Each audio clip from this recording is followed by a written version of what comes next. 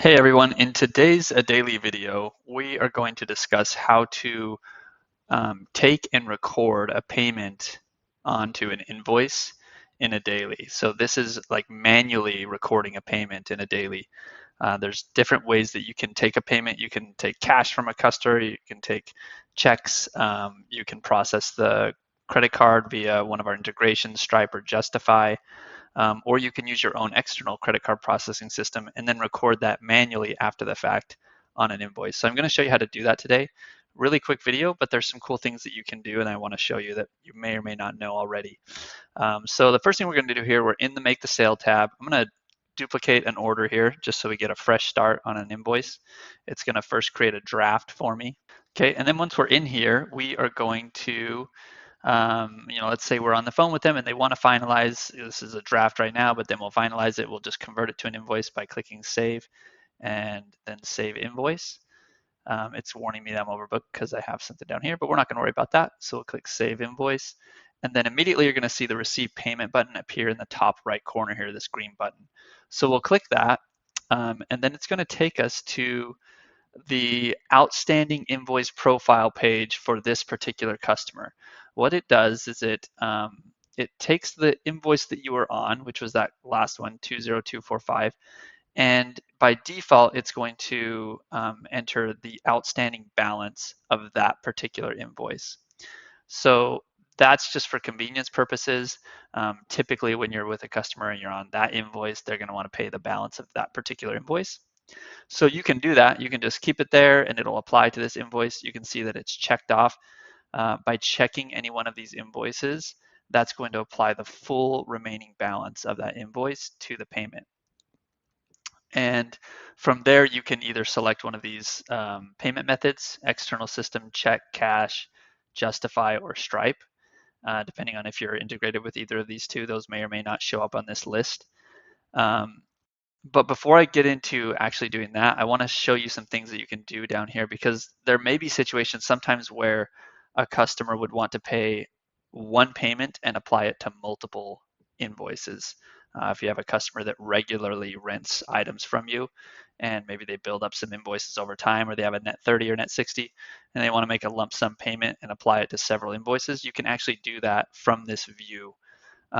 So like I said, by default, it's going to apply the balance of the invoice that you were on, but you can, let's say they wanted to pay the full balance of this invoice, you could just check that. And now you see it applies another 180.84 and adds the total up top. So you could do that for as many invoices as you want, keep going down the list, and it just keeps adding up here. Now, alternatively, you don't have to apply full balances to invoices. You can apply partial balances. So let's say customer calls and they want to apply $400 even, but they want to do, let's uncheck these first. So let's say they want to do $400 even, and they want to apply it to these two outstanding invoices and then the rest towards this balance.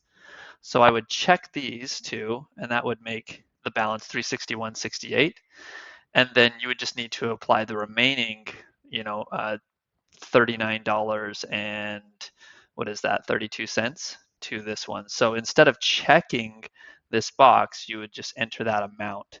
So you would say 39.32, and now it looks like I was one over with 38.32. There we go. That's the $400. And you can see it doesn't check this box. That doesn't mean it's not applying to this invoice. It just means that we're not paying it in full. Okay, so in this scenario, we are applying 180.84, which is going to be the remaining balance on this one, 180.84, which is the remaining balance on 20244, and then the remaining $38.32 to equal a total of 400 to this large invoice here, 20236. So then when we go ahead and we select our payment method, let's say we select external system, maybe we use PayPal or something, you can just type in PayPal and you would have already processed this before you got to this point. And maybe you have a reference number, so you can type that in here just so you can reference it and go back to it if you need to. And then all you have to do is hit submit. Conversely, you can do, let's say they paid cash, you can put check cash and then put the check, and then you can put the check number in there, cash, and then obviously you can use the integrations to actually process the order and put in their credit card information and do it. So we'll click submit on that. And what that's going to do, it's going to apply the amounts that we specified to those invoices. If I do a quick refresh here and hop in this, it's going to show me that I paid this off in full. And then I wanted to show you really quick another example just using one of the integrated methods. So we'll create another draft here, save it. Okay, and then we'll receive payment. And this time I'm just going to add the balance of that invoice that I was on. I'm going to select JustiFi, which is one of our payment providers. When you click submit, this doesn't automatically process the payment because obviously you have not entered the credit card information yet. So you can click OK. That's not going to do anything. And what it's going to do is going to pull up the area where you can enter the card number, the expiration date, CVV, and then the billing info, and then hit submit, and that will actually process the card. If this is a customer that has received a payment, that you've received a payment from in the past already, then they would have a saved card on file, and it would show up here in a drop-down that you can then select. And I can show you an example of that. Here, I'll click on receive payment, and then we'll do a Stripe because I think there is one in this Stripe account. Yes. So then you have a save payment method, and you could select that payment method and then process the payment. So that's all for today. I hope that helps. And if you have any questions, leave them in the comments section below.